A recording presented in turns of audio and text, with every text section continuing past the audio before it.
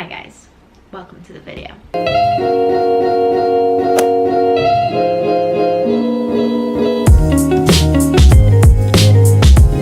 So for today's video, I'm going to be explaining to you my cosmetology school experience. If you do not know what cosmetology is, it is the study of hair, makeup, and nails. I took cosmetology in my high school, so my high school was lucky enough to have the BOCES program in my school, but often at times high schools can offer a BOCES program which you get on a bus and go to BOCES and learn cosmetology there, but I was lucky enough to have it in my school.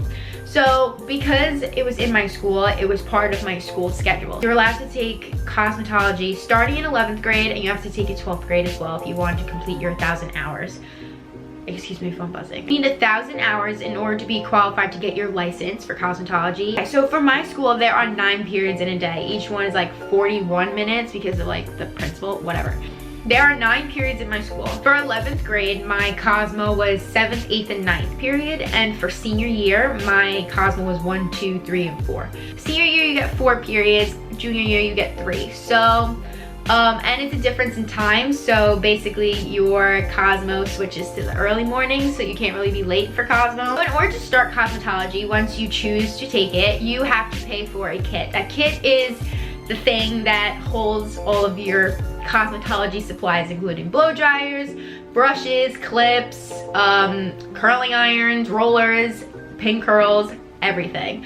So it basically just supplies you with the kit. It depends on where you're going, where you're from. It depends on your school, but my school's kit was pretty cheap compared to BOCES programs, which is pretty cool. If you're thinking about doing cosmetology and you have it offered in your school, I would definitely recommend to take it. It is cheaper than taking it in a college and later on in life, so take advantage of what you have now. So yeah, we start in 11th grade. You get your kit, then you start off the basics. So you learn how to shampoo hair, you learn how to cut like a blunt 0-degree haircut, you learn braiding, you learn simple updos, you learn simple pin curls and how to do just the basic type stuff. But mostly 11th grade is theory, which is what my school called bookwork. In order to get your license, you have to go through something called a state board. There's a state board exam, there is a practical and a written. 11th grade, you're really focused on the written part of the exam. So that's where you do all your bookwork and your textbook work. In my class, we had sheets of paper and they had like fill in the blanks, and you just have to go through the textbook and write down the answers, and you save it in a big binder and you look it over 12th grade when you're ready to take your written, and it's there. It's very helpful. Just gotta make sure you do it all, because once it's done, it's done. 11th grade, you experience with different products, with different blow dryers, you experience what you like. In 11th grade, we also learned how to do nails, like fill-ins with acrylics and everything. We learned how to fix broken nails, we learned how to do facials, we learned how to do all the basic stuff. And that's just really the introduction, is all in 11th grade. And if you like what you take in 11th grade, you can continue to 12th grade. And 12th grade is the big year. 12th grade is all focused on color, basically. So you get to learn highlighting skills, you get to learn weaving, you get to learn how to use bleach, you get to learn the color system, you get to learn the color wheel, you get to learn different brands, and you get to learn the chemistry of hair color, which once you get down, you can really do your own thing. So 12th grade is more hands-on. You do more things.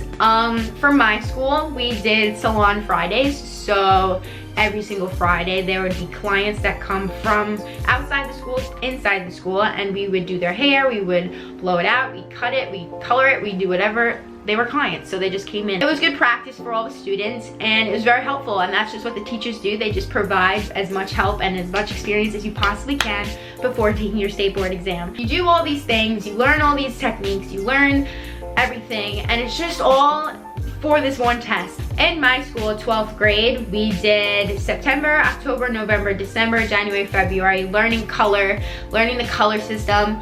We had representatives come from outside the school and professionals come from outside the school to teach us different things, different techniques. We learned a lot of different things. You will be overwhelmed because everyone has a different way of doing everything. So once you figure out your technique, you have to stick with it, and that's just how it is. But That's the best thing about cosmetology, is that there's no real right way of doing things. Starting March, we call March Madness, which is when state board starts. State board practicing starts. For the state board exam, there is a written portion and a practical portion.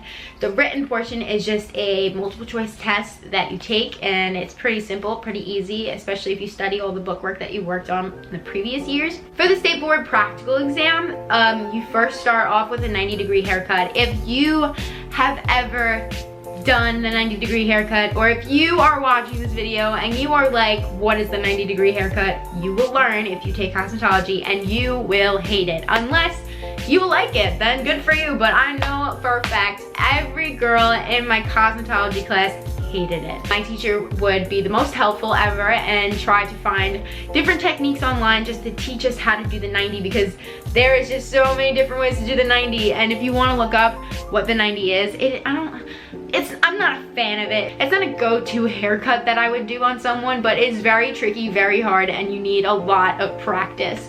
So we butchered so many mannequins throughout the year. When you purchase your kit in the beginning of the year, I forgot to mention, you get mannequins.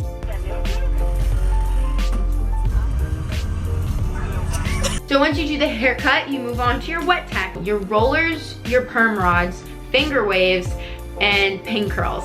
Those are the 4 wet techs that you need to do after the 90-degree haircut.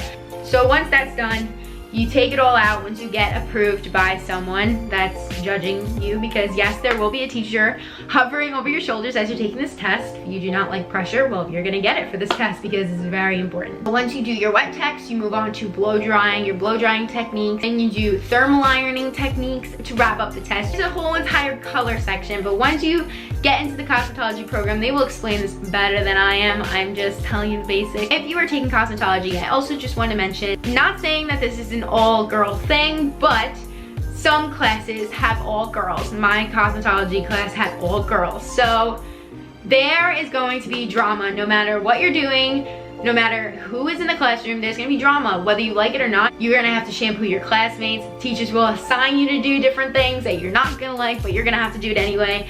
And there are just some girls that have issues and will always have issues with something that you do. But in the end, we all were mature enough to get this test done and to all come together and say, we freaking did it. I asked my cosmetology group chat of what advice would they give to you guys. The teachers are there to help you. Don't take things literal, and constructive criticism is good criticism, which is absolutely true, which is absolutely important. If you do something wrong or you mess something up, the teacher comes over and goes, I don't like it, redo it.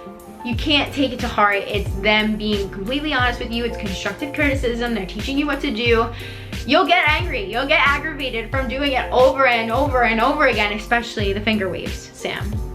Another piece of advice is if you're doing something, and this goes with constructive criticism, if you're doing something and you don't feel like you're good at it, or you feel like you are doing really, really bad, don't give up. It will get better the more you practice.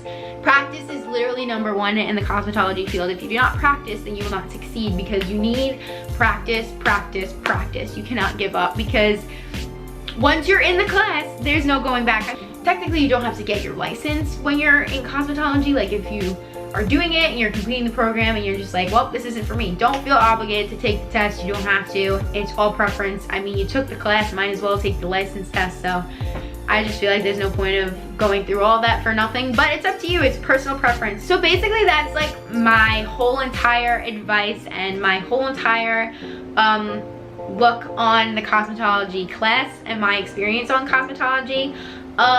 It was so much fun. I don't regret anything.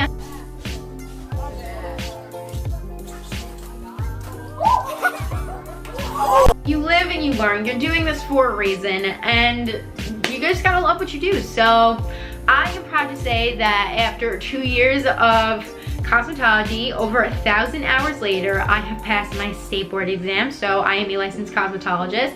I am also working in a salon, so it's pretty great. I feel like I threw so much information at you guys at one time, but this has to be helpful to someone who's definitely thinking about doing cosmetology. But yeah, like I said, that's it for this video. So I hope you guys enjoyed. If you did, make sure you give it a thumbs up. Subscribe for more dope content in the future. And yeah, with that being said, I'll see you in the next one. Bye.